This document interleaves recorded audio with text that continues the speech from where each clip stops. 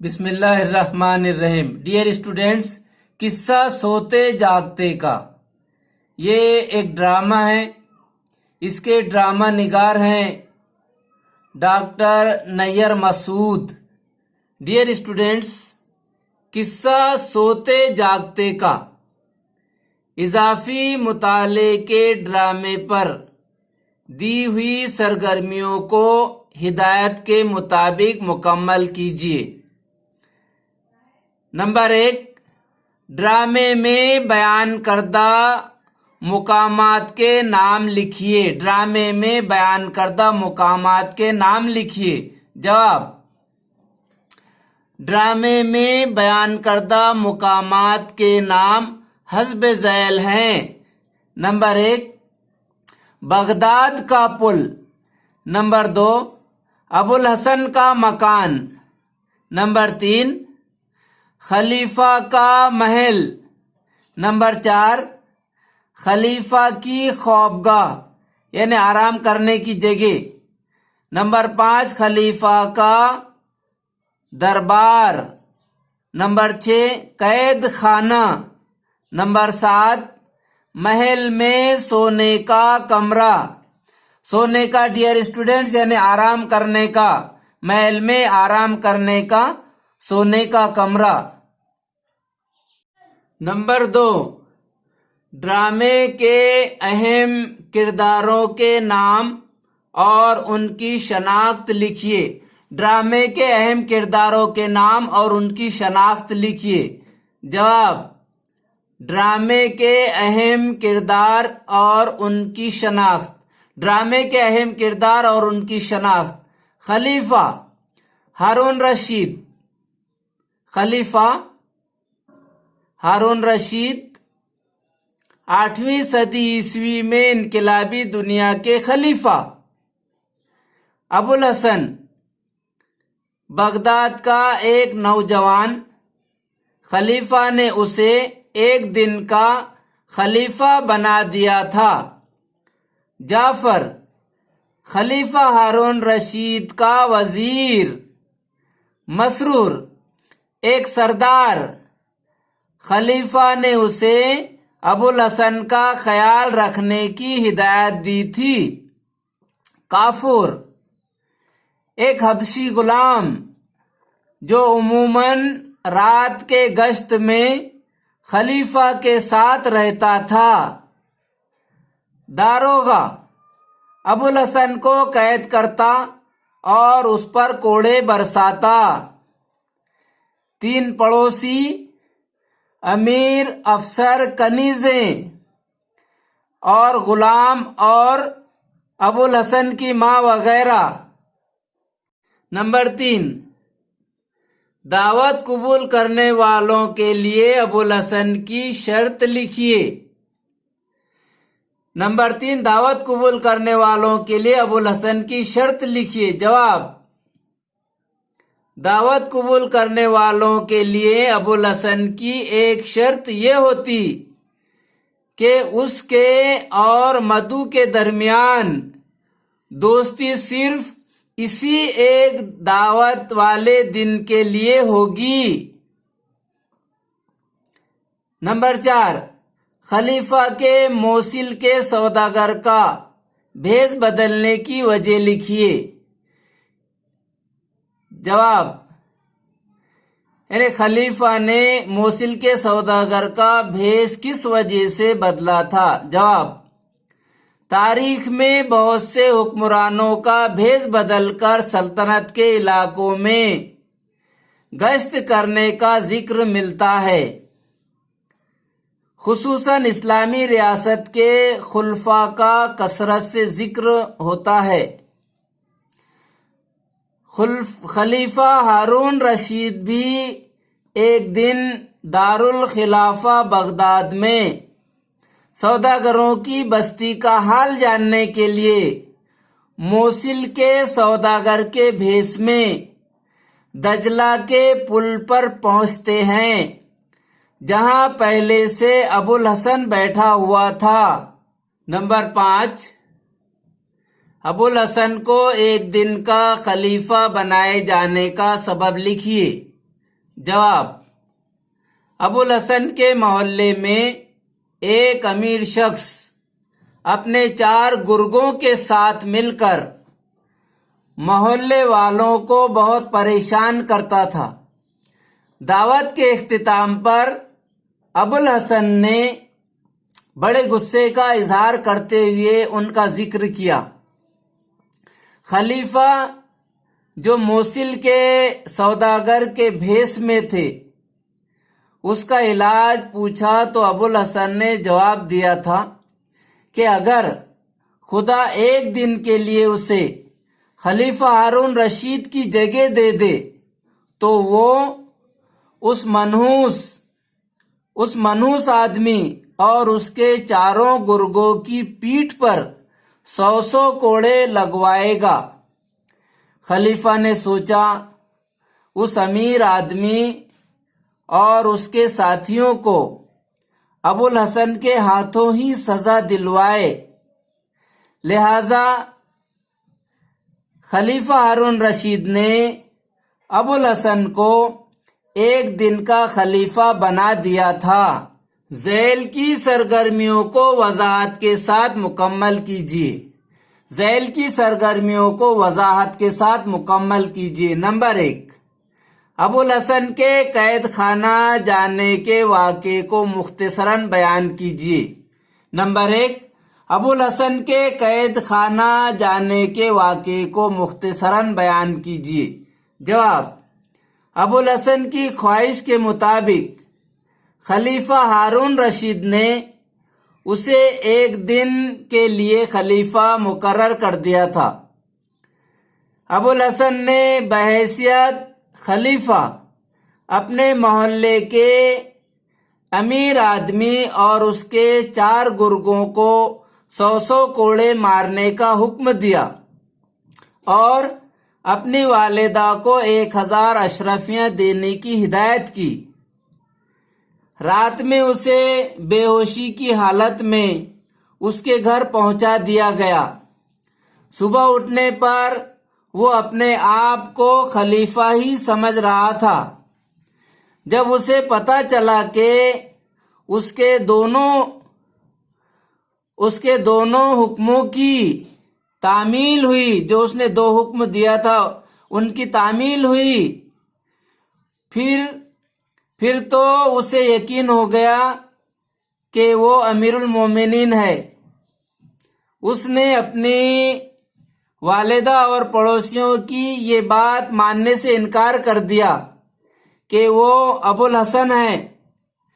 ماں پریشان ہو گئی۔ جب ابو الحسن پڑوسیوں کو مارنے لگا تو انہوں نے داروغہ کو بلا لیا۔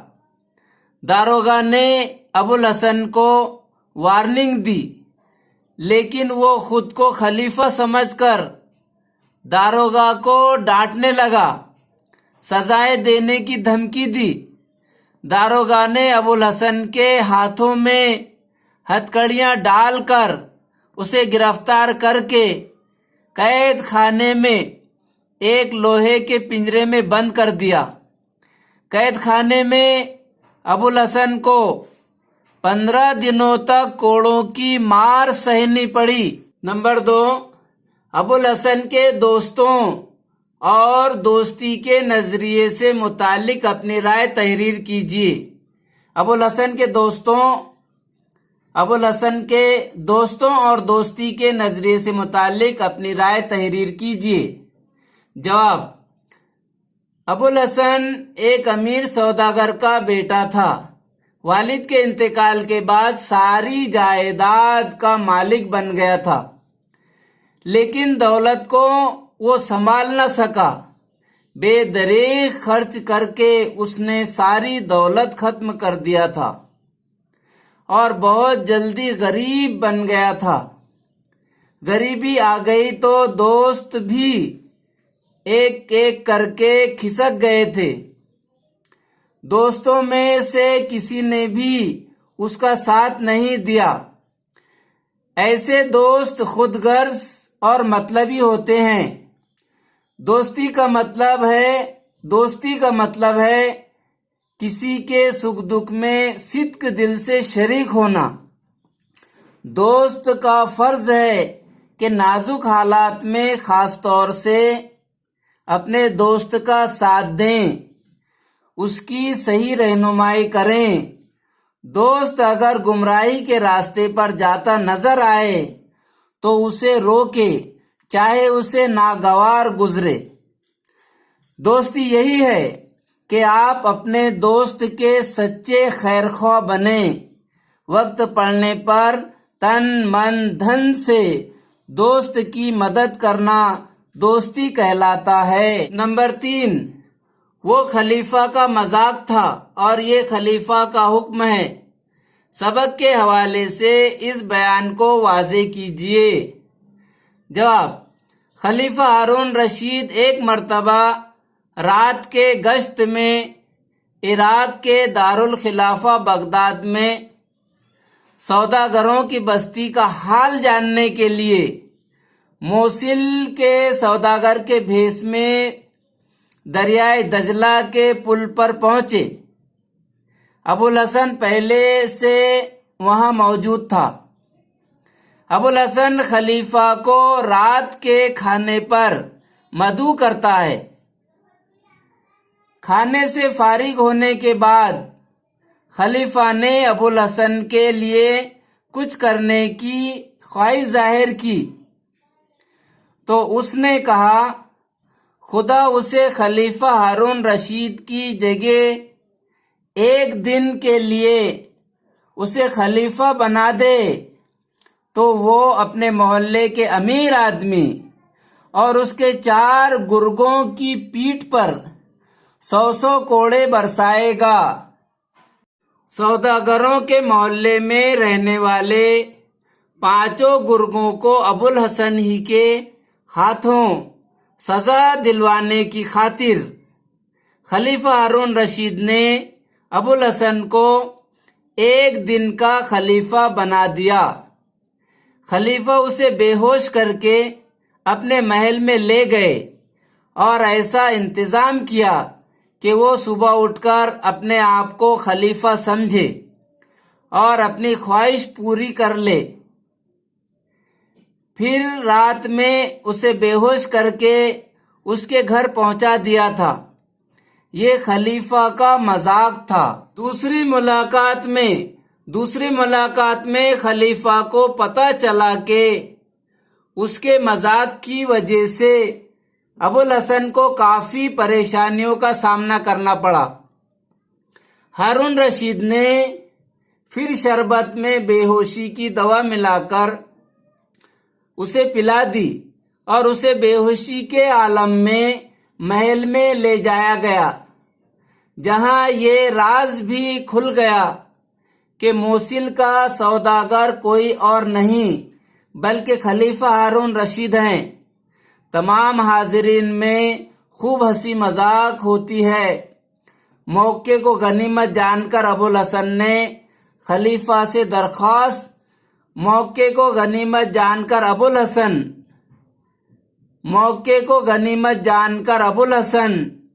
خلیفہ سے درخواست کرتا ہے کہ اسے خلیفہ کی خدمت میں حاضر ہونے کا موقع ملتا رہے۔ خلیفہ نے اپنے وزیر جعفر سے کہا کہ وہ ابوالحسن کو اپنا مصاحب خاص مقرر کرتے ہیں۔ اس کو ایک مکان دیا جاتا ہے، ماہانہ تنخواہ مقرر کی جاتی ہے۔ داروغہ کی قید میں اسے جتنے کوڑے پڑے تھے گنتی کے مطابق اتنی اشرفیاں بطور انعام دی جاتی ہیں۔ خلیفہ کی ان نوازشات کو دیکھ کر ابوالحسن نے اس سے کہا، یہ سب حضور کا مذاق تو نہیں ہے؟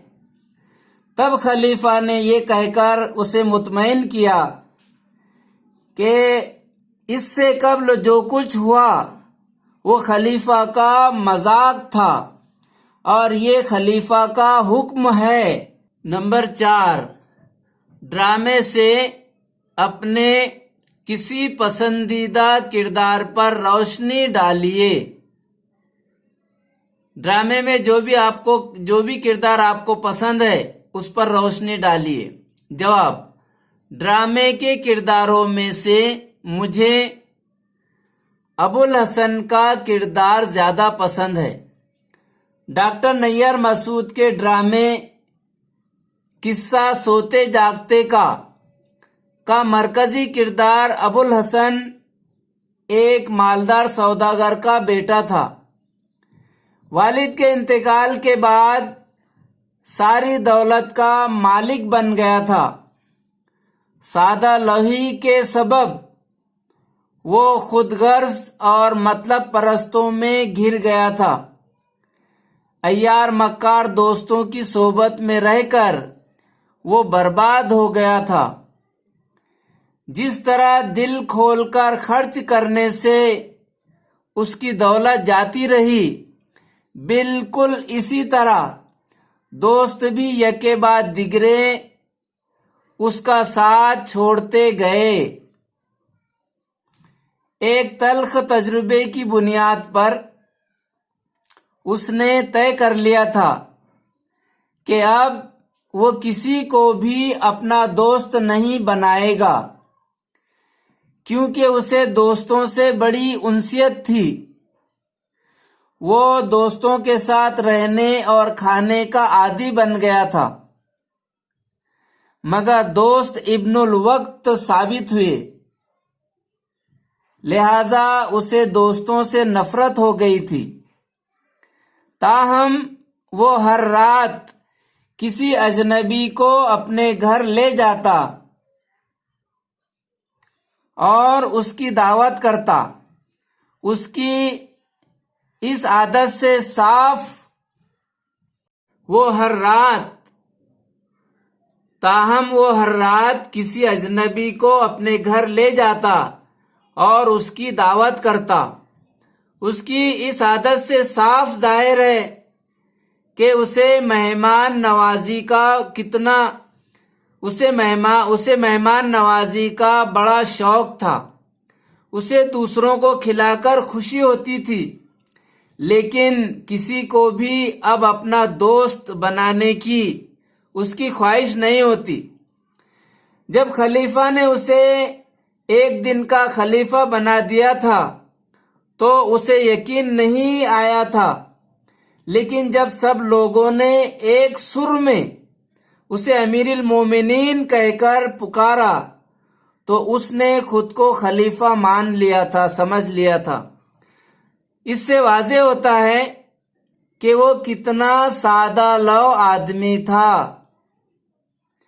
دوسری صبح بیدار ہونے پر وہ خود کو خلیفہ ہی سمجھ رہا تھا جب اسے داروغہ نے گرفتار کر کے قید خانے میں ڈال دیا اور کوڑے لگائے، تب اس کی عقل ٹھکانے آئی اور اس کے سر سے خلیفہ ہونے کا بھوت اترا۔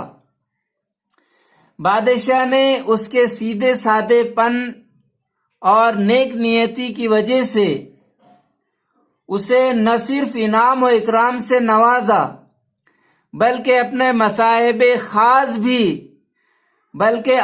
مصاحب خاص بھی مقرر کر لیا تھا۔ نمبر 5، خلیفہ ہارون رشید کا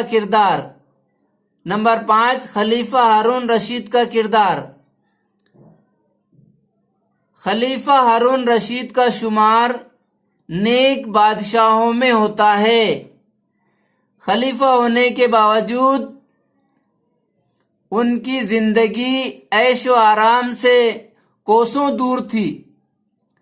اپنی رعایا کی فلاح و بہبودی کا خصوصی خیال رکھتے تھے۔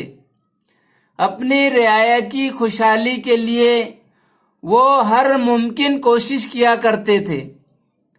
رعایا کے حالات سے باخبر رہنے کے لیے راتوں کو بھیس بدل کر گشت کیا کرتے تھے، ضرورت مندوں کی تلاش میں رہتے تھے اور ان کی ضرورتوں کو پورا کرتے تھے۔ رعایا کی خواہشات کی تکمیل کے لیے بھی کوشش کرتے تھے. ایک سیدھے سادے انسان ابو الحسن کو ایک دن کا خلیفہ بنا دینے سے اور اسے انعام و اکرام اور اپنا مصاحب خاص بنا لینے سے یہ بات واضح ہو جاتی ہے کہ خلیفہ کتنے فراخ دل، زندہ دل اور رعایا دوست انسان تھے. ڈیئر اسٹوڈنٹ، زیادہ سے زیادہ محنت کیجیے اور امتحان میں زیادہ سے زیادہ نمبرات حاصل کرنے کی کوشش کیجیے. بس آج کے لیے اتنا ہی. گڈ بائے، اللہ حافظ.